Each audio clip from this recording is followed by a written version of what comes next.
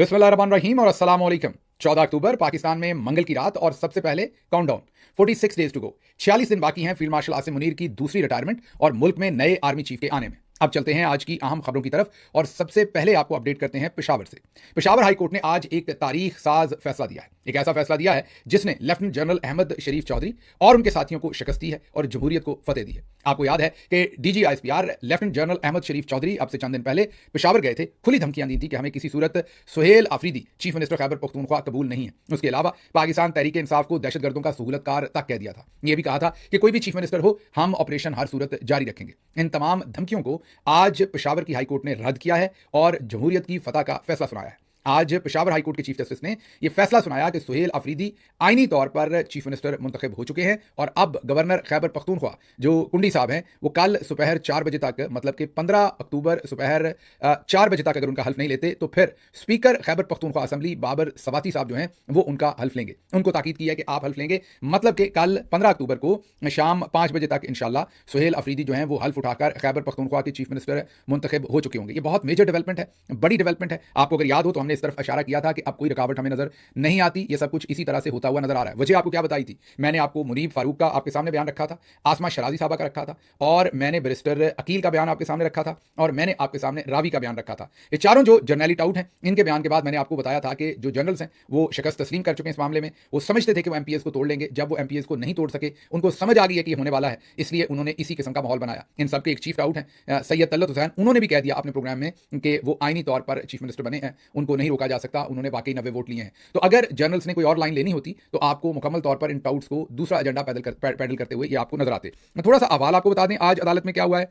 अदालत में जब अदालत ने पूछा कि गवर्नर क्यों मौजूद नहीं है या गवर्नर क्यों ये ओथ नहीं लेना चाहते जब स्पीकर ने उनको समरी भेज दी, उसके जवाब में सलमान अकरम राजा और दूसरे जो वकला थे उन्होंने बताया कि गवर्नर समझते हैं कि जो इस्तीफा है अली अमीन गंडापुर साहब का, वो उन्होंने उसकी तहकीक करनी है कि वो वाकई उन्होंने दिया है कि नहीं दिया। उस पर अदालत ने यह कहा कि जब अली अमीन गंडापुर ने इस्तीफा भी दे दिया, उसके बाद पार्लियामेंट के फ्लोर के ऊपर तकरीर में भी कह दिया और फिर वोट भी दे दिया नए चीफ मिनिस्टर को, तो फिर कौन होते हैं गवर्नर साहब ये करने वाले? और एग्जैक्टली जो पाकिस्तान तहरीक इंसाफ के और दूसरे मुल्क के माहिर जैसे अशतर उसाफ साहब और एतजाज एहसन साहब की राय थी कि एक दफ़ा इस्तीफा टेंडर हो गया तो वो मंजूर समझा जाएगा। अदालत ने भी वही अहकाम दिए कि जब एक दफा इस्तीफा गवर्नर तक पहुंच गया तो वो मंजूर हो गया, गवर्नर उस पर अब कुछ नहीं कर सकते। उस पर अदालत ने अहकाम दिए कि गवर्नर को फौरी तौर पर इनका अब ओथ लेना है। अगर गवर्नर कल 4 बजे तक इनका ओथ नहीं लेते तो फिर स्पीकर जो खैबर पख्तूनख्वा असेंबली है वो चीफ मिनिस्टर का ओथ लेंगे और कल ही लेंगे, मतलब 15 अक्टूबर को ही। एक तरफ ये डेवलपमेंट हो रही थी और दूसरी तरफ माजरत इस लफ्ज़ पर थूका हुआ चाटने की कोशिश कर रही थी पीपल्स पार्टी। कराची के अंदर एक तकरीब थी जिसमें कुंडी साहब भी वहां पहुंचे हुए थे। जाहिर है ये जनरल्स की डायरेक्शन पर सब कुछ हो रहा था। पीपल्स पार्टी ये गंदा खेल जो पहले भी अयूब खान, उस वक्त के आर्मी चीफ अयूब खान, उस वक्त के आर्मी चीफ याया खान के साथ मिलकर पीपल्स पार्टी ने और तमाम जो कत्लो गारत हुई थी मशरकी पाकिस्तान के अंदर, उस वक्त जो आज का बांग्लादेश है उससे भुट्टो साहब के हाथ, मुंह, दामन सब कुछ रंगा हुआ था क्योंकि वो उस वक्त के अर्दली थे, वो उस वक्त के शहबाज शरीफ थे। मसला ये है कि हमारी कौम भूल बहुत जल्दी जाती है और जब किसी के साथ कोई ज्यादती हो जाए तो हम फिर विक्टिम कार्ड भी बहुत खेलते हैं हमारे यहाँ लोग और उस विक्टिम कार्ड को सर पर भी उठा लिया जाता है। उस वक्त भी पीपल्स पार्टी का बिल्कुल यही किरदार था जो किरदार आज पीपल्स पार्टी अदा कर रही है। ये आपको कहीं पर भी जब ये जमहूरियत पसंद नजर आते हैं तो कोई जमहूरियत नहीं होती। ये जमहूरियत तब तक होती है जब तक इन्हें खुद सूट करती है। जो जमहूरियत इनके अपने फायदे में है तब जमहूरियत है, जब जमहूरियत इनको नुकसान दे रही है तो ये फौरन आमिर बन जाते हैं या आमरों के साथ चले जाते हैं। तो गवर्नर साहब को अच्छी तरह पता था, बिलावल जरदारी को अच्छी तरह से पता था कि फौरी तौर पर इस्तीफा हो चुका है, इन्हें उनका ओथ लेना है, लेकिन वो फरार थे। आज जब अदालत ने फैसला दे दिया और अब गवर्नर ओथ लें या ना लें, speaker Khyber Pakhtunkhwa assembly oath ले लेंगे, तो ऐसी सूरत हाल में गवर्नर साहब को डायरेक्शन कौन दे रहा है? बिलावल जरदारी। क्या कह रहे हैं सुनिए। गवर्नर साहब, आपको मेरे ख्याल में पख्तूनख्वा पहुंचना चाहिए। मैं चीफ मिनिस्टर सिंध साहब से रिक्वेस्ट करता हूं कि आप अपना जहाज गवर्नर साहब को दे दें ताकि गवर्नर साहब जो है वो पख्तूनख्वा पहुंच के आइन और कानून के मुताबिक अपना जिम्मेदारी जरूर पूरा करेगा और जो भी अदालत का हुक्म होगा उस पर अमल दरामद जरूर करेगा। सुन लिया आपने। अब वो अपना तमस्कर भी उड़ा रहे हैं और गवर्नर का भी उड़ा रहे हैं। खैर, गवर्नर रात को पहुंच गए हैं इस्लामाबाद और वहां से वो खैबर पख्तूनख्वा हाउस भी पहुंच चुके हैं। जो अब इस वक्त हमारी इंफॉर्मेशन है वो पेशावर रातों रात पहुंच गए क्योंकि उन्हें अपनी औकात का, आईनी औकात की मैं बात कर रहा हूं, वो अंदाजा हो गया है, इस्तीफा हो चुका है। कल अगर वो मौजूद नहीं होंगे तो जाहिर है फिर खैबर पख्तूनख्वा का स्पीकर इस ओथ को ले लेगा और उसके बाद गवर्नर साहब हुए ना हुए एक बराबर है। अब जो बिलावल जरदारी हैं वो भी एक किस्म का जो जनरल्स ने पूरा प्लान किया था, एक तरफ लुत्फ रहमान साहब को कैंडिडेट बनाया हुआ था, उम्मीद थी PTI के MPS को तोड़ लेंगे, वो तोड़ नहीं सके। तो इस सारे माहौल के अंदर अब उनको, और मेरा ख्याल इससे ज्यादा हजीमत हो नहीं सकती थी जो पीपल्स पार्टी ने खामखा इकट्ठी की है। उनको पता भी था कि इसमें हमें बेइज्जती होना है, लेकिन उन्होंने शौक से होना पसंद किया। बहरहाल आज ये फैसला अदालत ने किया और मेरे ख्याल में ये अच्छा फैसला था। और जो अब कल का दिन है, 4 बजे हम हल्फबर्दारी जो है वो होती हुई इस सारे मामले की देख रहे हैं। आज ही के दिन इमरान खान साहब से मुलाकात भी हुई, गौहर खान साहब की और बैरिस्टर सैफ साहब की। दोनों के बारे में ये तासर है कि दोनों के बारे में जो पाकिस्तानी मिलिट्री इस्टेब्लिशमेंट मतलब के जनरल्स आसिम मुनीर साहब और उनके साथी जनरल्स हैं, वो इनके बारे में थोड़ा सा नरम गोशा रखते हैं, इसलिए इनको मिलने की इजाजत दे देते हैं। ये एक तासर है। आज बैरिस्टर सैफ मिलने गए, जब बाहर आए तो उन्होंने जो बातचीत की वो खासी मायूब बातचीत थी। मैं भी आपको बताता हूं क्यों मायूब थी। पहले आपको बता दें कि इमरान खान साहब के ट्विटर अकाउंट से ट्वीट हुआ आज, जिसमें उन्होंने कहा कि खैबर पख्तूनख्वा हुकूमत का जो सियासी अमल मुकम्मल हुआ है उस पर उन्होंने सबको मुबारकबाद दी। उन्होंने नए जो नामजद वज़ीर आला है उसको डटकर वोट देने पर तमाम मेंबरान असम्बली को मुबारकबाद दी और सुहेल अफरीदी को कहा है कि आपने जमकर और बिल्कुल बेबाक होकर खेलना है और आप मेरे ओपनिंग बैट्समैन हैं। उसके बाद उन्होंने अली अमीन गंडापुर को भी कहा कि उन्होंने बहुत अच्छा काम किया, जो इस्तीफा भी दिया और एक बार नहीं कई बार दिया, वोट भी दिया और बिल्कुल जमकर पार्टी के साथ खड़े रहे, तो उनकी भी तारीफ की। उसके बाद उन्होंने कहा कि गद्दारी पीटीआई पर ये जो गद्दारी के फतवे लगाए जा रहे हैं, ज़ाहिर डीजीआईएसपीआर को जवाब था जो वो अपनी प्रेस कॉन्फ्रेंस में कर रहे थे। उन्होंने कहा गद्दारी के फतवे ना लगाएं, बल्कि पीटीआई अगर इख्तिलाफ राय करती है तो इसको गद्दारी कहने का रुझान बहुत खतरनाक है। गद्दारी के सर्टिफिकेट बांटने और रियासत मुखालफत का लेबल लगाने वालों की दुकान बंद होनी चाहिए। अवामी मुफाद, मुल्की सालमियत और जमहूरियत के खिलाफ पॉलिसियों पर तनकीद मेरा सियासी हक है। उन्होंने फिर कहा कि हम डीजीआईएसपीआर को नहीं, खैबर पख्तूनख्वा की आवाम को जवाब दे हैं। ये उनका एक किस्म का मैसेज था कि ये जो वहाँ पर वोट के साथ चीफ मिनिस्टर बने और उससे पहले एमपीएस बने, ये खैबर पख्तूनख्वा की आवाम को जवाब दे हैं, आपको जवाब दे नहीं है। सूबाई मैंडेट आवाम का दिया हुआ है, आवाम के मफाद के खिलाफ कोई फैसला कबूल नहीं होगा। फौज और अपने ताल्लुकात के बारे में उन्होंने कहा कि मेरी फौज से कोई दुश्मनी नहीं, फौज भी मेरी है, मुल्क भी मेरा है। इमरान खान ने बताया कि मेरे खानदान के कई अफराद फौज में, 1965 की जंग में उन्होंने कहा कि हमारे 8 घरों में से 7 घर ऐसे थे जिनमें से लोग अफवाज में सर्व कर रहे थे और हम सब ने पाकिस्तान का दिफा अपनी फौज के साथ मिलकर किया था और वो खुद भी शरीक हुए थे 1965 की जंग में। जो भी वो एक जाहिर है उस वक्त उनकी उम्र छोटी थी, जो भी बंदूक उठाकर वो कर सकते थे या कम अज़ कम उनका जज्बा था, वो उन्होंने भी अपना जज्बा पेश किया था। अब आगे चलते हैं। उन्होंने कहा कि दहशतगर्दी की जंग में फौजियों की जब शहादत होती है तो मुझे भी दुख होता है और इसीलिए मैं बात करता हूं कि ये जो ऑपरेशन हैं इनके ऊपर एक कौमी पॉलिसी बनानी चाहिए और तमाम स्टेक होल्डर्स को साथ रखना चाहिए। उन्होंने इसमें कहा कि कबाइल को भी साथ लें, उसमें खैबर पख्तूनख्वा की हुकूमत भी हो, जाहिर है मिलिट्री की साइड भी हो। उन्होंने कहा अफगानिस्तान की हुकूमत से भी बात करें, तमाम लोगों से, स्टेक होल्डर से बात करके फिर एक पॉलिसी मुरतब करें और फिर जो भी आपने आगे करना है वो करें। इस तरीके से फौजी ऑपरेशन और कोलैटरल डैमेज हम उसको ना बर्दाश्त करेंगे, ना उसको हम सपोर्ट करेंगे। और जब हम ऐसी पॉलिसियों के ऊपर तनकीद करते हैं तो हमें किसी सूरत गद्दार ना कहा जाए, हम गद्दार नहीं है। फिर तहरीक लब्बैक के ऊपर जो इंसानियत सोज जुल्म हुआ, इंसानी हकूक की पामाली हुई, निहत्ते मज़ाहिरीन पर गोलियां जो चलाई गई उसको उन्होंने नाकाबिले कबूल कहा, तशद्दुद की सख्त मजम्मत की और याद दहानी करवाई कि 26 नवंबर को पीटीआई के कारकुनों पर भी इसी तरह स्नाइपर से गोलियां मारी गई और शहीद किया गया। मुरीद के सानिया में निहत्ती अवाम पर गोलियां चलाना इंसानियत सोज अमल है, ये इमरान खान का कहना है। अब जब बैरिस्टर सैफ बाहर आए उन्होंने एक अजीब जुमला कहा। उन्होंने कहा इमरान खान ने कहा मैं फौज का वफादार हूं और अब ये जो जुमला था ये दुरुस्त नहीं है। मतलब अगर कोई किसी को ये कहे कि फॉर एग्जांपल कल को कोई फौजी जनरल ये कहे कि मैं पार्लियामेंट का वफादार हूं, नहीं ऐसा नहीं है। ये जो रियासत है ये जाहिर है पार्लियामेंट और उसके साथ जो दूसरे इदारे हैं उनसे मिलकर बनती है। रियासत पाकिस्तान का हर शख्स ने वफादार होना है, आइन का वफादार होना है। इसी तरह ना हम आर्मी चीफ से किसी वज़ीर आज़म की वफादारी मांगते हैं और ना ही किसी सियासी लीडर से किसी इदारे की वफादारी मांगी जाए। जैसे पाकिस्तान का हर जो फौजी है वो ऑफिसर है या जूनियर है, वो आईने पाकिस्तान का वफादार होना चाहिए, वो रियासत पाकिस्तान का वफादार होना चाहिए और इसी तरीके से हर सियासतदान ने भी रियासत पाकिस्तान का वफादार होना है। ना ही किसी फौजी अफसर ने किसी सियासतदान का वफादार होना है और ना ही किसी सियासतदान ने उस फौजी अफसर का वफादार होना है। बैरिस्टर सैफ साहब जाहिर बेचारे जो खुद सोचते हैं उसी तरह के अल्फाज उन्होंने इमरान खान साहब के लिए आज इस्तेमाल किए, जिस पर उन पर खासी तनकीद हुई। लेकिन आज वहाँ से जो मेरा ख्याल है जो वो खबर लेकर आए हैं उसमें एक तो ये भी होगी कि बैरिस्टर सैफ साहब भी चाहते होंगे कि मैं किसी न किसी तरह से अगली हुकूमत का हिस्सा बनूं। आने वाले दिनों में देखते हैं क्या बनता है, वो हिस्सा रहते हैं कि नहीं। हाँ ये जरूर है कि इमरान खान साहब ने कहा कि जो फाइनेंस मिनिस्टर है खैबर पख्तूनख्वा में वो वही रहेंगे जो पहले मुज़म्मिल असलम साहब थे, वही कंटिन्यू करेंगे। बाकी पूरी काबीना जो है वो नए चीफ मिनिस्टर अपनी मर्जी से अपनी मुरतब करेंगे और जाहिर है उसमें सूरत हाल नजर आएगी आने वाले दिनों में वो किसको अपनी काबीना में पिक करते हैं, क्यों करते हैं। जब वो पिक करेंगे तो उसके ऊपर फिर सारे लोग उनके मेरिट्स डीमेरिट्स के ऊपर जरूर बात करेंगे। आगे चलते हैं जी, अगली खबर आपके सामने रखते हैं जरा सुप्रीम कोर्ट ऑफ पाकिस्तान की, जहां पर आज जजेस की भरपूर लड़ाई हुई है। जी हाँ, लफ्ज़ मैं लड़ाई इस्तेमाल कर रहा हूं और वो गलत नहीं है। कल हमने आपको बताया था कि कल चपकलिश हुई थी जस्टिस आयशा मलिक और मंदो खेल साहब के माबैन, क्योंकि मंदो खेल साहब बहुत ज़्यादा टोकते हैं। उन्हें बुनियादी जो एक एथिक्स होते हैं, एक बुनियादी अदब आदाब होते हैं, एक बेंच पर बैठकर किस तरह से कंडक्ट करना है, वो पहले काजी फाइज ईसा को भी नहीं आते थे और माजरत के साथ इनको भी नहीं आते। ये भी हर चीज़ में उंगली देते हैं। तो कल जस्टिस आयशा मलिक साहबा ने बड़े महज़ब तरीके से इनको बावर करवाया था कि पहले मेरी बात मुझे ख़त्म करने दें। आज इन्होंने, क्योंकि वो वीडियो वायरल हो गई और उसके ऊपर हमने तबसरा कर दिया, कुछ और लोगों ने भी किया होगा, लेकिन हमारा तबसरा भी वायरल हो गया। मेरा ख्याल है वो मंदो खेल साहब तक पहुंच गया और मंदो खेल साहब को बहुत आग लगी और वो आज गले पड़ गए जस्टिस आयशा मलिक साहबा के।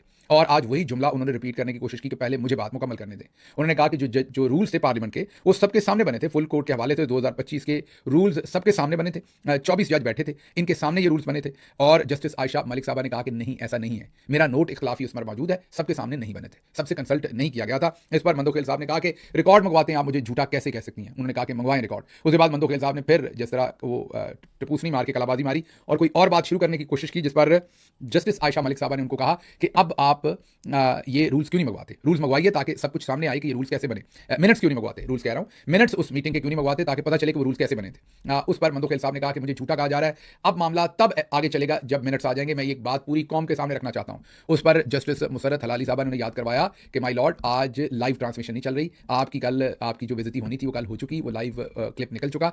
आज आप जितना भी सीट पर बैठ के तड़पेंगे उसका कोई फायदा नहीं, आपकी दुर्गत बन चुकी है। आज ये लाइव ब्रॉडकास्ट नहीं हो रहा। ये लाइव क्यों नहीं हो रहा था? जो हमने कल आपको खबर दी थी इंटरनेट बंद करने की, और मरियम नवाज साहबा के जो अपने घर पर क़याम की खबर दी थी, उसमें मरियम नवाज साहबा ने तो जाती उमरा में ही मीटिंग्स की, वो अपने घर से नहीं निकली जैसे उन्हें मना किया गया था। गालिबन 3 से 4 मीटिंग्स उन्होंने वहां की, अजरबैजान और एक और पार्लियामेंट के स्पीकर्स और उनके पार्लिमानी नुमाइंदे आए हुए थे, उनसे मुलाकात की। फिर उन्होंने 2 से 3 और मुलाकातें की, अपनी मीटिंग्स की। वो जाती उमरा से नहीं निकली। डर वही था, टीएलपी का डर था कि कहीं उनके लोग जो है वो सड़कों पर ना आ जाएं। जो कुछ उनके साथ किया गया है और किया क्या गया है वो मैं आगे चल के आपको बताता हूं। लेकिन दूसरी जो इंटरनेट की खबर थी, इंटरनेट की खबर जो हमने आपको दी थी, एक दफा फिर आपको दिखाते हैं। ये वो कम्युनिकेशन है जो पीटीसीएल ने जारी की थी, नया टेल ने जारी की थी, जैज ने, तमाम वारिद जितनी भी कंपनीज पाकिस्तान में इंटरनेट प्रोवाइड करती हैं, सबने अपने कस्टमर्स को ये इन्फॉर्मेशन भेजी थी। तो ये कोई हवाई खबर नहीं थी। बहुत सारे जर्नलिस्टों ने ये ब्रेक की थी, लेकिन फिर उन्होंने मुकम्मल इंटरनेट शटडाउन नहीं किया, उसे स्लो जरूर किया। अक्सर जगहों पर इंटरनेट बहुत स्लो था पाकिस्तान में, लेकिन शटडाउन बिल्कुल नहीं किया। इसी इंटरनेट के स्लो होने की वजह से जो आज सुप्रीम कोर्ट ऑफ पाकिस्तान की ट्रांसमिशन थी, जो बराह रास्त उसे करना था, लाइव करना था, वो भी नहीं किया गया। और वजह यही बताई गई कि इंटरनेट की स्पीड कम है, इसलिए सुप्रीम कोर्ट की जो आज की प्रोसीडिंग है वो बराह रास्त नहीं दिखाई जा सकती। तो इंटरनेट मुकम्मल बंद नहीं किया, उसको पार्शली शट डाउन किया, स्लो किया। तो वो खबर जो है वो आपको इसलिए क्लैरिटी दे रहे हैं। कुछ लोग कल सवाल पूछ रहे थे, मैं देख रहा था नीचे आपके कमेंट्स के अंदर, कि इंटरनेट अभी भी चल रहा है। वो फिर कुछ जगहों पर चल रहा था, कुछ पर स्लो चल रहा था, और खबर ये ऑथेंटिक थी, लेकिन बाद में इन्होंने माइंडसेट चेंज कर लिया। और मेरा ख्याल इसलिए चेंज किया कि देखना चाहते थे कि लोग सड़कों पर आते हैं कि नहीं। 11-12 बजे तक इन्होंने यकीन कर लिया कि तहरीके लब्बैक के जो लोग थे वो सड़कों पर उस तरीके से नहीं आए, तो इन्होंने फिर इंटरनेट को मुकम्मल तौर पर बंद नहीं किया। बहरहाल आगे चलते हैं जरा। ये तो जजेस की जो आज मामला होना था वो हो गया। अब बड़ा सवाल यह है कि साद रिजवी और अनस रिजवी जो है वो कहाँ हैं। इस पर अजमल जामी साहब ने एक खबर दी है। वो कहते हैं कि उनकी इत्तला के मुताबिक साद रिजवी और अनस रिजवी जो हैं वो पुलिस के पास नहीं है, लेकिन पुलिस को उनके ठिकाने का इल्म हो गया है और पुलिस जल्द उनको गिरफ्तार कर लेगी। सिर्फ इन्होंने नहीं, मंसूर अली खान साहब ने एक बड़ी इंटरेस्टिंग खबर दी। उन्होंने कहा कि पुलिस को यह पता चल गया है कि साद रिजवी और अनस रिजवी जो है वो कश्मीर में है, उनके ठिकाने का पता चल गया है और पुलिस उनको जल्द गिरफ्तार कर लेगी। अब इससे ज्यादा कोई हमाकत हो सकती है? बताइए। अगर पुलिस को वाकई ये पता चल गया है तो पुलिस पहले मंसूर अली खान साहब को बताएगी, ताकि मंसूर अली खान साहब इसे व्लॉग में कर दें, ताकि वो पूरी दुनिया को बता दें, और उस पता लगने के बाद अनस रिजवी और साद रिजवी कश्मीर में उस जगह से गायब हो जाएं और वो पकड़े ना जाएं। अगर पुलिस को पता लगेगा तो पहले लौंडा लपाड़ा जी को बताएंगे कि वो पूरी दुनिया को बताएं, या जाके उनको गिरफ्तार करेंगे। तो मेरे ख्याल में ये बिल्कुल इनसे पुलिस, जामी साहब का बड़ा एहतराम, लेकिन उनको भी इस्तेमाल कर रही है पुलिस, अपनी मर्जी की खबर इनसे दिलवा रही है। ये लौंडा लपाड़ा जी तो जाहिर है इस्तेमाल होने में खुद भी खुश होते हैं, वो तो इस्तेमाल होते ही होते हैं, वो भी इस्तेमाल हो रहे हैं। असल हकीकत यह है कि वो पुलिस के पास ही हैं, अरेस्टेड हैं, किसी भी वक्त पुलिस उनकी गिरफ्तारी डाल देगी। बहुत सारे लोग ये भी उनको शुबा था, उनको ये भी वहम था कि शायद उनकी जिंदगी ना ले ली। अब ये तो हम नहीं कह सकते कि वो जिंदा है कि नहीं है, तो जब तक वो सामने नहीं आते कुछ कहा नहीं जा सकता, लेकिन आसार मुझे यही लग रहे हैं कि वो जिंदा होंगे, इनकी तहवील में होंगे, और जब इनका दिल करेगा ये कहेंगे हमने कश्मीर से पकड़ा, बलूचिस्तान से पकड़ा, वहां से पकड़ा, या अपनी मर्जी से उनको पकड़ के उनकी गिरफ्तारी डाल देंगे। फिलहाल उन पर बहुत सारी इन्होंने एफआईआर दी हैं। एफआईआर से याद आया, आज ही की यह खबर आई है कि मुझ पर और उसके साथ साथ कई सारे और दोस्तों के ऊपर लब्बैक के नहत्ते पाकिस्तानियों के लिए आवाज़ बुलंद करने पर दहशतगर्दी से रिलेटेड जो है वो एफआईआर दर्ज कर दी है। जी हाँ, मैंने जो यहाँ से आपको हकीकत बताई, हालांकि आपको याद होगा बार बार मैं आपको कहता रहा कि कोई हतमी खबर नहीं है। हमने बार बार आपको कहा कि जो खबर ग्राउंड से आ रही वो आपके पास दे रहे हैं, लेकिन पुलिस अभी तक कंफर्म नहीं कर रही। बार बार पूरी जिम्मेदारी से कभी भी आपको कोई हतमी नंबर नहीं दिया। जो भी चीज़ कही वो ये कहा कि ये लब्बैक क्लेम कर रही है, हम इंडिपेंडेंटली इसे वेरीफाई फिलहाल नहीं कर सकते, लेकिन उसके बावजूद हमारी इतनी सारी आप ये कहिए कि एहतियात के बावजूद, सिर्फ ये कि हमने खुलकर बताया कि वहां पर लोगों की कत्ल गारत की गई है, लोगों की जानें ली गई हैं, तो अब दहशतगर्दी का पर्चा एक नया मुझ पर और दूसरे लोगों पर काट दिया गया है। काफ़ी सारे नाम है उसमें मोहित पीरजादा साहब का नाम भी है, वकार खान भी है, जुबैर नियाजी भी हैं, शेख वकास साहब भी हैं। तो काफ़ी सारे लोगों के ऊपर ये एक नई एफआईआर दर्ज की गई है और मकसद इससे खौफ और हरास फैलाना है। जाहिर है अब हम पर एक एफआईआर करें या 100 करें, हमारी तो जो आपने हमारे साथ जो करना है वो करना ही है, तो अब चलें तांग आमद बजांग आमद यही सही। लेकिन आपको ये बताएं कि सिर्फ रिपोर्ट करना जो है, सिर्फ हकीकत बताना जो है वो भी भारी किया हुआ है। अगर वो आप सिर्फ रिपोर्ट करते हैं तो उस पर भी अब एफआईआर जो है वो दी जा रही है। बहरहाल आगे चलते हैं जी। ये तो पता चल गया आपको कि साद रिजवी और अनस रिजवी का अभी तक कुछ पता नहीं। साद रिजवी के घर पंजाब पुलिस के हालिया रेड के दौरान बरामद होने वाली गैर मुल्की करेंसी, अब ये बड़ी इंटरेस्टिंग बात है। अब आज नया ये मुकदमा किया गया कि उनके घर से 2.5 किलो तोले नहीं 2.5 किलो सोना निकला है, जवाहरात निकले हैं, और उसके साथ साथ गैर मुल्की करेंसी जिसमें इंडियन करेंसी भी है, को 50,000 के 60,000 इंडियन रुपीज़। अब ये हमें नहीं पता कि निकली है कि नहीं निकली, मतलब वो ढंग की चीज़ डाल दें, निकल भी सकती है। अगर उनके कोई मुरीदान इंडिया में हैं और वो आए हों तो उन्होंने वहाँ से कोई इनको दे दिया होगा हदिया शदिया। ये मैं नहीं कह सकता कि होनी चाहिए उनके पास कि नहीं होनी चाहिए, कानून का माहिर नहीं हूँ, लेकिन ये ज़रा किस तरह का बारूद डाल रहे हैं। तलाई जेवरात हैं, गैर मुल्की करेंसी है, कीमती घड़ियाँ हैं, प्राइस बॉन्ड है, और दीगर सामान की तफसील जो है उनके घर से जो बरामद हुई है वो दी है। दूसरी तरफ ये जो एक बहुत ही खौफनाक किस्म का ये क्लिप आपको सुनवाना है, ये पाकिस्तान में समा टीवी का है, खोजी या खोज नाम से ये शो करते हैं, उस शो पर ये समा टीवी पर चला है। ज़रा सुनिए क्या कह रहे हैं लोग। यहाँ कल रात तकरीबन 4 बजे के दरमियान हमला हुआ है। तकरीबन 600 आदमी की डेथ हो चुकी है। जख्मी की जो तादाद है वो कुछ कह नहीं सकते। आप कह रहे हैं कि 600-650 अफराद की डेथ हुई है। क्या आपने यहाँ पर लाशें पड़ी हुई देखी? लाशें पड़ी हुई देखी हैं इधर गाँव में, गलियों में, बाजारों में, जिधर जिधर आदमी के पीछे गए फायरिंग करते गए। इधर स्कूल है, स्कूल की ग्राउंड है, तकरीबन 300 के दरमियान उधर फायरिंग करते आदमी को मारा। सुन लिया आपने, ये हम नहीं क्लेम कर रहे। ये पाकिस्तान में समा टीवी के ऊपर, जो कि pro establishment, pro general show है, एक चैनल है, वो ये क्लेम कर रहा है कि 5 से 700 के दरमियान लोगों की शहादतें हुई हैं। जो एनी शाहिद हैं वहां पर लोग, जो वहां पर मौजूद थे, जिन्होंने देखा, उन्होंने कहा कि स्कूल की ग्राउंड में तकरीबन 300 लोग जो हैं वो उनको शहीद किया गया। अब आपको जो अगली बात बताएं कि जो मेरे पास बहुत सारी फुटेज है, मैं आज विश के आपको दिखा सकूं, पुलिस के अफसरान ने भेजी हुई है, जो वहां ऑपरेशन में थे उनमें से कईयों ने भेजी हुई है। ये काली हुकूमत कह रही थी, मसलन मैं अभी सामने मुझे आई है एक खबर कि ये कह रहे हैं कि अगर वहां पर लोग शहीद हुए हैं तो लाइए उनकी लाशें किधर हैं। ये फैसल कामरान है, DIG ऑपरेशन वो कहते हैं, अगर इतने लोग मरे हैं तो उनकी जो डेड बॉडीज हैं वो लाएं, उनकी जो वीडियोज़ हैं वो सामने लाएं, जिन पर तशद्दुद हुआ या जिनके और भी कोई लोग जलाए गए या कुछ भी, तो उसकी कोई वीडियोज़ हैं तो सामने लाएं। बेशुमार मेरे पास वीडियोज़ हैं, और वो किसी और ने नहीं, पुलिस के लोगों ने भेजी हुई हैं, और वो इतनी सारी वीडियोज़ हैं और उसमें ऐसे ऐसे खौफनाक मनाजर हैं कि मैं उनको दूसरी दफ़ा नहीं देख सकता। लाशें इस तरीके से पड़ी हैं कि मैं आपको बता नहीं सकता, लेकिन ये कह रहे हैं कि वीडियोज़ लाएं। वीडियोज़ तो सोशल मीडिया पर हर जगह पर मौजूद हैं। ये तो कोई जुडिशियल कमीशन बने, इंडिपेंडेंट इंक्वायरी करे, तो फिर पता चले जो ग्राउंड पर लोग खड़े हैं वो क्या कह रहे हैं। वो हमने आपको सुनवा दिया, और ये हम नहीं, ये समा टीवी ने रिकॉर्ड किया और प्रोग्राम उन्होंने चलाया भी है, और ये मौजूद भी है पाकिस्तान की तमाम वेबसाइट्स के ऊपर। बहरहाल मुझे यहाँ से इजाज़त दीजिए, इसके साथ ही अल्लाह आपका हामी नासिर हो। पाकिस्तान जिंदाबाद।